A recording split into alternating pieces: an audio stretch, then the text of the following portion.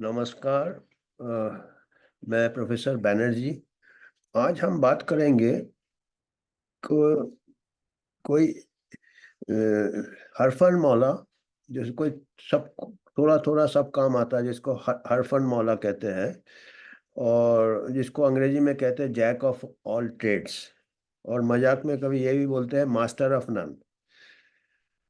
वो आजकल का जो फास्ट चेंजिंग वर्ल्ड है, हरफन मौला ज़्यादा सक्सेसफुल रहता है प्रॉब्लम सॉल्विंग में, या जो कोई मास्टर ऑफ वन, जिसको कि स्पेशलिस्ट कहते हैं। और पर्टिकुलरली हमारे मेडिकल फील्ड में इसका काफ़ी ये है, इसका ये सोचने वाली बात है मेडिकल फील्ड में, क्योंकि हमारे मेडिकल फील्ड में अभी पहले हरफन मौला डॉक्टर होते थे जो कि सब कुछ देख लेते थे, जनरलिस्ट जिसको कहते थे, जनरल प्रैक्टिशनर्स होते थे। और उसके बाद फिर स्पेशलिस्ट आ गए कि हम एक ही चीज को है, क्योंकि स्पेशलाइज्ड काम भी ज़्यादा होता है तो स्पेशलिस्ट आ गए। अभी उसके बाद और आगे सब स्पेशलिस्ट आ गए, जिसको कि सुपर स्पेशलिस्ट कहते हैं। इस सर्जरी के भी अलग अलग ब्रांच हो गए, सर्जरी के भी अलग अलग ब्रांच ब्रांच हो गए। तो पहले तो एमबीबीएस के बाद, एमबीबीएस में तो हरफन मौला होता था वो सब कुछ। और पहले हमने पहले भी बताया है कि हमारा एमबीबीएस का हमारे टाइम इतना अच्छा ट्रेनिंग होता कि थोड़ा बहुत हम सब मैनेज कर लेते थे। 90% डिजीज हम मैनेज कर लेते थे, पेशेंट सेटिस्फेक्शन भी होता था, पेशेंट ठीक भी होता था। 10% हम उसको भेजते थे जो स्पेशलिस्ट, और वो जनरल सर्जन जनरल फिजिशियन होता था। हम जब तक कॉलेज पास किए, हमने नौकरी किए, MD medicine, MD general surgery, MD gynaecology, MD eye वाई, जो मेजर स्पेशलिटीज होते थे। अब अभी क्या हो गया कि अभी सर्जरी में भी सब स्पेशलिस्ट होने लगे, तो उसमें सुपर स्पेशलिस्ट होने लगे, मेडिसिन में भी होने लगे। अभी मेडिसिन में आप देख लीजिएगा, मेडिसिन में पहले एमबीबीएस वाला तो पूरा कर लेता था, पर उसके बाद थोड़ा और एक्सपर्टीज चाहिए होता था जनरल मेडिसिन वाला। वो आपका जनरल मेडिसिन वाला आपका न्यूरोलॉजी भी संभाल लेता था, सीएनएस ऊपर से लेकर नीचे तक अंदर का जो भी है, गैस्ट्रोएंटरोलॉजिस्ट पेट की बीमारी, आंत की बीमारी, जनरल मेडिसिन हैंडल कर लेता था। चेस्ट की बीमारी, छाती की बीमारी, हार्ट की बीमारी, डायबिटीज, ये वो सब कर लेता था। आज के तारीख में ऐसा नहीं है। आज के तारीख में न्यूरोलॉजिस्ट है इसके लिए, चेस्ट फिजिशियन है उसके लिए, कार्डियोलॉजिस्ट है हार्ट के लिए, एंडोक्रिनोलॉजिस्ट है आपके डायबिटीज के लिए, और दूसरे एंडोक्राइन डिसऑर्डर्स। तो सब ऐसे हो गए। और सर्जरी में भी ऐसा ही है। पहले जो जनरल सर्जन होता था, मैं आर्म फोर्सेज में था, एडवांस एरिया में था, रिमोट एरिया में, तो जनरल सर्जन को देखा हमने जो कि जनरल सर्जरी किया था, उसके आगे नहीं। उसको मैंने इमरजेंसी न्यूरो सर्जरी भी करते देखा, हेड इंजरी मैनेज करते देखा, हमने उसको ऑल टाइप्स ऑफ सर्जरी करते देखा। और अभी ऐसा नहीं है। अभी सर्जरी में भी न्यूरो सर्जरी अलग है, कार्डियक सर्जरी तो खैर एडवांस्ड है, उसके लिए अलग होना चाहिए। और बाकी chest surgery, cardiothoracic surgery, GI surgery अलग है, जीआई सर्जरी अलग है। फिर किडनी का अलग सर्जन होता है, यूरो सर्जन होता है, और ऐसे सभी के बॉडी के पार्ट बढ़ गए हैं। तो जनरल सर्जन के पास क्या बचा, जनरल फिजिशियन के पास क्या बचा। तो ये ठीक है। ये सब क्यों हुआ है, ये सब टेक्नोलॉजी के लिए हुआ है, कि टेक्नोलॉजी एडवांस हुआ है और कंटेंट काफ़ी बढ़ गया है, कंटेंट मैटर काफ़ी बढ़ गया है। तो सब बहुत टाइम लगता है, एक ही चीज़ को मास्टर करने में टाइम लगता है, तो वो मजबूरी है। तो फिर मैं सोच रहा था कि इसका क्या ये हो सकता है कि आपको स्पेशलिस्ट भी हो, सुपर स्पेशलिस्ट भी हो, पर उनका थोड़ा, उनका ट्रेनिंग क्या डायरेक्ट कंटिन्यूटी में। आजकल क्या है कि एमबीबीएस में पास करने के बाद सीधा आप कॉम्पिटिटिव एग्जाम के लिए तैयारी करते हो। एमबीबीएस का पढ़ाई का आपको कोई मतलब ही नहीं रहता है ना। आप पूरे टाइम वो तैयारी करते हो कि अगला स्टेप के लिए एमएस या एमडी के लिए, तो उसमें पूरा तैयारी कर फिर एमएस एमडी हो जाते हैं, उसके बाद तैयारी करते हैं सुपर स्पेश। तो एक ही दिशा में आप जाते हो। और प्रैक्टिकल हैंड्स ऑन जो तजुर्बा है हर टाइप की मरीज देखने का, वो हर डॉक्टर के होना चाहिए, चाहे वो कितना भी स्पेशलिस्ट है। फर्स्ट हैंड वो एक डॉक्टर होता है। एज अ इमरजेंसी में वो डॉक्टर काम आता है जो कि हर टाइप का इमरजेंसी, और स्पेशलिस्ट सुपर स्पेशलिस्ट नॉलेज उसका एडिशनल होना चाहिए। आजकल ऐसा नहीं हो रहा आजकल। और मेरे को आर्म फोर्सेस में भी मैं था, जब मैंने आर्म फोर्सेस ज्वाइन किया था 78 में, फिर मैंने 20-25 साल किए, तो आर्म फोर्सेस में मैं 94 में एक स्टडी लीव में था, लखनऊ में किंग जॉर्ज मेडिकल कॉलेज में। तब मेरा एक आर्म फोर्सेस में मैंने भी फॉरवर्ड एरिया में देखे हैं। और बाकी जो आर्म फोर्सेस का पहले पॉलिसी था कि जो ऑर्थोपेडिक सर्जरी होता है, हड्डी का सर्जरी, वो आप डायरेक्ट नहीं कर सकते थे। आर्मी का जो डॉक्टर है एमबीबीएस के बाद डायरेक्ट एमएस ऑर्थोपेडिक्स हड्डी का नहीं कर सकता था, उसको पहले जनरल सर्जरी करना पड़ता था। जनरल सर्जरी करना पड़ता था, जनरल सर्जरी के बाद वो ऑर्थोपेडिक्स करता था। तो मेरे को ये उतना मेरे को ये नहीं था, ये इतना विजन नहीं था, कि मेरे को लगा ये क्यों है, बाकी सिविल में तो आप डायरेक्ट ऑर्थोपेडिक्स में जा। तब एक ऑर्थोपेडिक ही सर्जन था, और वो आर्मी का ऑर्थोपेडिक सर्जन नहीं था, वो किंग जॉर्ज मेडिकल कॉलेज का सर्जन प्रोफेसर था ऑर्थोपेडिक्स का, जिसने एक्चुअली मेरे को स्टैटिस्टिक्स सिखाया। उसका स्टैटिस्टिक्स बहुत अच्छा था, वो क्लिनिकल एप्रोलॉजी भी था। बताओ, एक ऑर्थोपेडिक सर्जन ने मेरे को स्टैटिस्टिक्स काफ़ी मेरे को सिखाया है।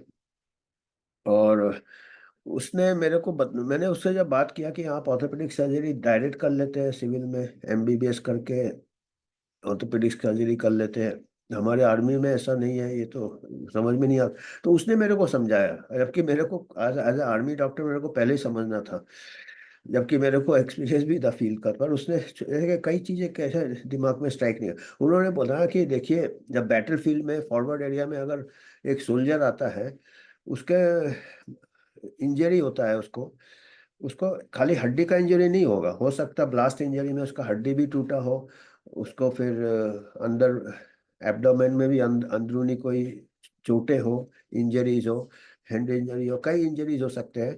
तो एक जनरल सर्जन है, वो सब कुछ मैनेज करेगा। ऑर्थोपेडिक सर्जन होगा तो वो खाली हड्डी देखेगा।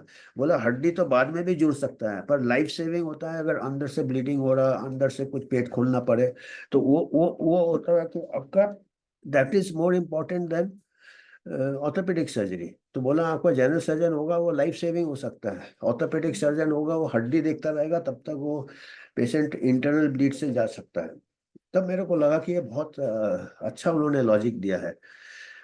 तो ये काफ़ी दिन तक ऐसा था। अभी आर्मी में भी शायद डायरेक्ट कर सकते, मैं तो आर्मी छोड़े 20 साल हो गए, पर जहाँ तक मेरे को लगता है कि आजकल वहाँ भी सुपर स्पेशलाइजेशन हो गया है। ये पॉइंट को शायद अभी शायद ज़्यादा दिन तक लड़ाइयाँ नहीं होती है बैटल फील्ड में, ये वजह हो सकता है जो भी है। पर ये मेरा एक बहुत ये था कि पहला जो डॉक्टर है वो फर्स्ट कांटेक्ट में लाइफ सेविंग देखना चाहिए। बाकी सुपर स्पेशलिस्ट तो कोई भी कितना भी स्पेशलिस्ट हो, वो कोई भी इमरजेंसी है। तो अभी जो सुपर स्पेशलाइजेशन हो रहा है, और ये मैंने एक किताब मैंने पढ़ा, ये खाली मेडिसिन में नहीं है, चिकित्सा विज्ञान में ही नहीं है, चिकित्सा कला में ही नहीं है, एक रेंज करके मैंने किताब पढ़ा। ये कहता है, ये रिसेंट किताब है 2024-25 का है, हाउ जनरलिस्ट, जनरल जो आदमी रहेगा हरफन मौला, how generalist trump in specialised world.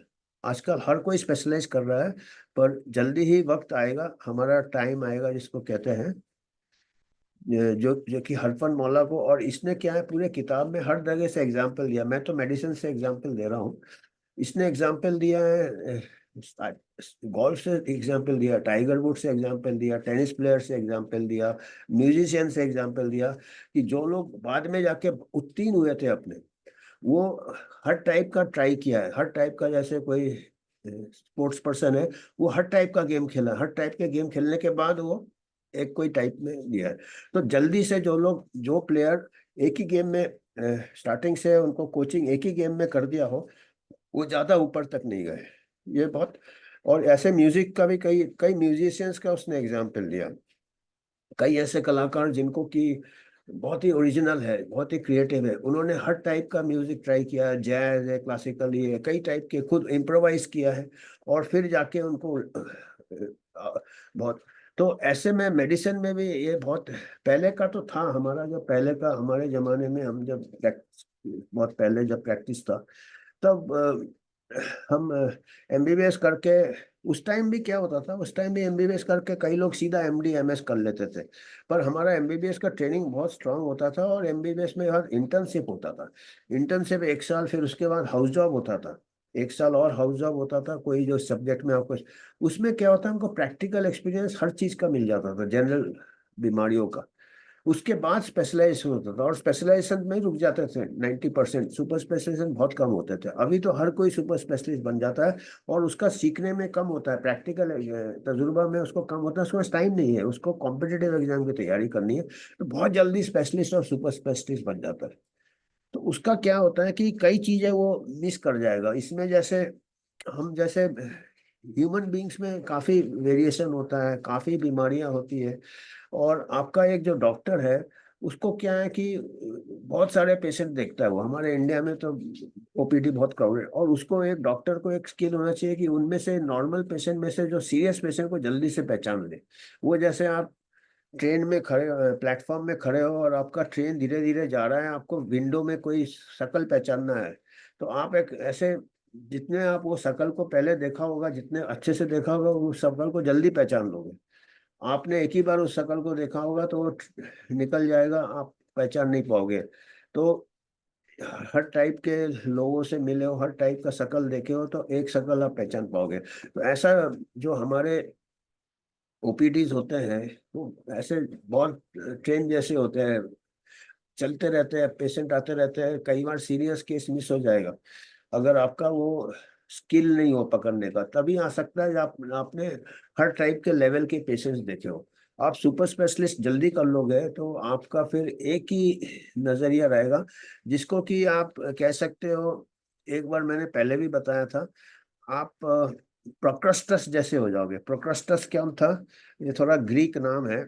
उसके पास एक लोहे का बिस्तर था, और कोई भी आता था उसका, उसको रात को जो गुजरता था, ancient Greek, ancient Greece, Greece, Greek, Greece mythology में पुराने जो कहानियां होती थी हमारे, जैसे पुराने कहानियां हैं, पुराने कहानियों में एक कैरेक्टर था जिसका नाम था प्रोक्रस्टस। ये फिर वही तालेब का किताब है, जिसको कि मेरा श्रद्धा कम हो गया है। तो इसमें एक किताब लिखा है, द बेड ऑफ प्रोक्रस्टस। ये देखिए, ये प्रोक्रस्टस का उसने ऊपर इमेज बनाया है। इसके पास एक लोहे का बिस्तर है, और ये प्रोक्रस्टस है। एक ही बिस्तर था इसके पास। तो इसके पास जो भी उसके गेस्ट आते थे, और रात को उनको दावत देता था, ये देता था, तो वो बेडरूम में ले जाता था। और ये लोहे का बेड एक ही साइज का था। और उसका ये था कि ये जो इसका मेहमान है, ये बेड में परफेक्ट फिट होना चाहिए। तो अगर वो बेड के साइज से छोटा था, नाटा था, तो वो हाथ पैर खींच खींच के उसको बेड के साइज का करता था। और अगर वो लंबा था, बेड के बाहर जा रहा था, तो वो उसको पैर काट देता था, ये काट देता था, वो बेड को फिट करने के लिए। तो ऐसे एक बार मैंने जानबूझ के, हम तो थोड़ा एक्सट्रीम एग्जांपल दे रहे हैं, पर वो सुपर स्पेशलिस्ट है, एक ही चीज में ट्रेंड है। तो कोई भी मरीज आएगा, वो उसी में फिट करेगा, अपने स्पेशलिटी में ही फिट करेगा, क्योंकि उसका ट्रेनिंग उसमें हुआ है, उसका नजरिया, और बाकी चीजें मिस कर जाएगा वो। इसका एक और इसका एक और तरीका है, जिस जो ऐसा नहीं होना चाहिए एक्चुअली। ऐसा गलती डॉक्टर्स के भी नहीं है, ये नहीं है। आजकल जो पेशेंट्स है वो नहीं समझते इस चीज को। इसलिए मैं बता रहा हूँ कि आप जब भी कोई, आपको कोई तकलीफ होता है, पहले आपको जनरल प्रैक्टिशनर के पास जाना चाहिए। वो पूरे आपको देखेगा, फिर वो जनरल प्रैक्टिशनर आपको स्पेशलिस्ट के पास रिफर करेगा। वो स्पेशलिस्ट देखेगा, स्पेशलिस्ट अपना थोड़ा, जनरल प्रैक्टिशनर आपको पूरे नजरिया से देखेगा। उसके पास एक बिस्तर नहीं है। वो सुपर स्पेशलिस्ट जो सबसे ऊपर है, उसके पास एक बिस्तर है, एक ही लो। जो जनरल प्रैक्टिशनर है, उसके पास हर साइज के बिस्तर है, आपको वो फिट कर देगा जिस बिस्तर में आते हो। उसके बाद वो, उसको लगेगा कि उसके जो बिस्तर है इतने सारे, उसमें से आप फिट नहीं हो रहे हैं, तो वो आपको रिफर करेगा स्पेशलिस्ट के पास, MD MS, general physician, general surgeon. तो उसको, उसके पास कुछ कम बेड है, और वो फिर देखेगा, पर वो रिफर्ड केस होगा। अगर जनरल प्रैक्टिशनर भेजेगा, तो वो ज्यादा चांसेस है कि वो करेक्ट रिफरल किया होगा उसने, वो उसी साइज के इसमें, फिर वो, फिर अगर उससे नहीं बनता है, उसके बेड नहीं, तो तब जाके वो सुपर स्पेशलिस्ट को भेजेगा। तो ये क्या है, 3 लोग देख रहे हैं, जनरल फिजिशियन देख रहा है, जनरल स्पेशलिस्ट देख रहा है, उसके बाद सुपर स्पेशलिस्ट देख रहा है। तो सुपर स्पेशलिस्ट पर सेलेक्टेड केसेस भेजता है, मेरे कि तेरा यही केस है, तेरे बेड में ये फिट होगा, उसका पहले से वर्कअप हो गया है। आप ये बात समझना बहुत इंपॉर्टेंट है पेशेंट्स के लिए। डॉक्टर्स तो देखेंगे अपने अच्छे से देखेंगे वो, पर उनका एक नज़रिया चेंज हो जाता है जैसे उनका ट्रेनिंग है। और आजकल के सुपर स्पेशलिस्ट जनरल स्पेशलिस्ट भी पूरा वाइड रेंज से नहीं आते हैं, जैसे हमने बोला ना रेंज, जो हरफन मौला डॉक्टर आजकल है ही नहीं हमारे यहाँ। वो लोग सोचते हैं कि ये पेशेंट भी उनको इज्जत नहीं देते हैं। तो पेशेंट अगर ऐसे करके रिफरल चेन से जाएंगे तो वो डायग्नोसिस मिस नहीं होगा, क्योंकि जनरल प्रैक्टिशनर पूरे बॉडी को आपका देखेगा। फिर उसको लगेगा कि इसको थोड़ा हायर रिफरल चाहिए तो वो स्पेशलिस्ट के वो देखेगा और वो हैंडल कर सकता है। 90% जनरल अच्छा जनरल प्रैक्टिशनर वो भी आजकल मुश्किल है, क्योंकि हर कोई भागे रहते हैं। तो उसके बाद वो जनरल फिजिशियन देखेगा, जनरल सर्जन, उसको फिर स्क्रीन करके उसको छान के वो फिर सुपर स्पेशलिस्ट का भेजेगा, तब आपके मिस डायग्नोसिस कम होंगे और आपका स्मूथली आपका सब काम होगा। आप अन्य पर अभी क्या पेशेंट क्या सोचता है ना, टेक्नोलॉजी पे ज़्यादा विश्वास है उसको, तजुर्बे और ये नहीं समझता है। वो सोचता है कि ये साइंस पढ़ा है सुपर स्पेशलिस्ट, तो मेरे को हेडेक होगा सीधा न्यूरो फिजिशियन के पास जाएगा, जनरल डॉक्टर के पास नहीं जाएगा। तो वो पेशेंट ऐसा जाएगा तो उसमें प्रॉब्लम होता है, उसमें फिर वो एमआरआई कैट स्कैन से चालू कर देगा, जबकि जनरल प्रैक्टिशनर उसको हिस्ट्री पूछेगा, ये पूछेगा वगैरह। आधा टाइम वहीं से सॉल्व हो सकता है अगर वो टाइम बिताएगा तो, क्या और प्रैक्टिस। और अगर नहीं होता है फिर वो स्पेशलिस्ट और सुपर स्पेशलिस्ट भेजेगा। तो वो और ऐसा सिस्टम आपका यूके में है शायद, नेशनल हेल्थ सर्विस में, कि हर नेशनल हेल्थ सर्विस में आपका जो एरिया रहता है उसमें आपके डॉक्टर जनरल प्रैक्टिशनर रहते हैं, उनके पास आप जाओगे, डायरेक्ट आप स्पेशलिस्ट के पास नहीं जा सकते। वही जब आपको रिफर करेंगे तभी आप जाओगे स्पेशलिस्ट के पास। तो ये मेरे को आज इसके बारे में थोड़ा बात करना था। और ये मेडिसिन का मैं, क्योंकि आजकल टेक्नोलॉजी इतना ज़्यादा हो गया ना, और क्या होता है कि जो सुपर स्पेशलिस्ट है वो भी टेक्नोलॉजी है, वो टेस्ट एक्सपेंसिव भी हो जाता है। वो उनको जैसा ट्रेनिंग है वैसे ही करेंगे, उनकी भी गलती नहीं है। पर अगर लिमिटेड केसेस जाएंगे, और इसमें एक और फायदा है, अगर सभी जाएंगे तो वो सुपर स्पेशलिस्ट जो एक पर्टिकुलर डिफिकल्ट केस, वो डिफिकल्ट केस के लिए ट्रेन हुआ है, वो डिफिकल्ट केस भी ठीक से नहीं देख पाएगा, वहाँ भी क्राउडिंग हो जाता है, बहुत ज़्यादा हो जाता है, जो कि minor cases could have been handled by general practitioner. और ये बड़े बड़े हमारे इंस्टीट्यूशन में हो रहे हैं, एम्स वगैरह में भी हो रहा है, इसमें भी हो रहे हैं, जहाँ क्योंकि हमारे जो primary health centre district hospitals under staffed है, तो ये ओवर क्राउडिंग हो रहा है। तो ये सब चीज़ें हैं हमारे इसमें। तो मेरे को यही बात करना था कि जो रेंज है वो इम्पोर्टेंट है। अभी जमाना फिर आएगा कि रेंज, क्योंकि अभी कई ऐसे स्पेशलिटीज हो रहे हैं जो कि खत्म हो जा रहे हैं, जैसे बाईपास सर्जरी था, अभी काफी कम हो गया जब से वो इंटरवेंशन कार्डियोलॉजी आ गया। तो जैसे हमारा मेडिसिन में भी, टेक्नोलॉजी में भी ऐसे थे, कई टेक्नोलॉजी आउटडेटेड हो जाते हैं, तो उसको फिर से रिट्रेन करने में ज्यादा टाइम लगेगा। है अभी है, बाईपास सर्जरी भी चल रहे हैं, पर पहले से शायद कम हो गए। तो ऐसे इंटरवेंशन कार्डियोलॉजी आ गए हैं। फिर और भी कई ऐसे, जैसे आपके पास वीसीआर खत्म हो गया, वीएचएस खत्म हो गया, आपका फ्लॉपी ड्राइव खत्म हो गया, आपका अभी तो लैपटॉप भी खत्म हो रहा है, अभी इसी में सब काम चल रहा है मोबाइल में। तो ऐसे मेडिसिन में भी ऐसे टेक्नोलॉजी एडवांस हो गए, तो अगर जो जिसको हरफन मौला होगा वो जल्दी से अडेप्ट हो जाएगा, और जो एक में होगा वो फिर उसी को खींचेगा, और वही एक लोहे का बिस्तर उसका हो जाएगा रिजिड, वो सब पेशेंट को उसी में फिट करेंगे। तो या फिर इंटरेस्ट, फिर कॉन्फ्लिक्ट ऑफ इंटरेस्ट आ जाते हैं, आपको जो मालूम है वही करोगे, फिर जिससे आपको वो है वही करोगे। हर चीज का ये रहता है, उसके साथ डायग्नोस्टिक्स आ जाते हैं, ये आ जाते हैं, मेडिसिन आ जाते हैं, कॉस्टली मेडिसिन। तो वो जो अगर पहले से स्क्रीनिंग करोगे तो correct patient will be referred to the super specialist. यही हमको मैसेज देना था। धन्यवाद।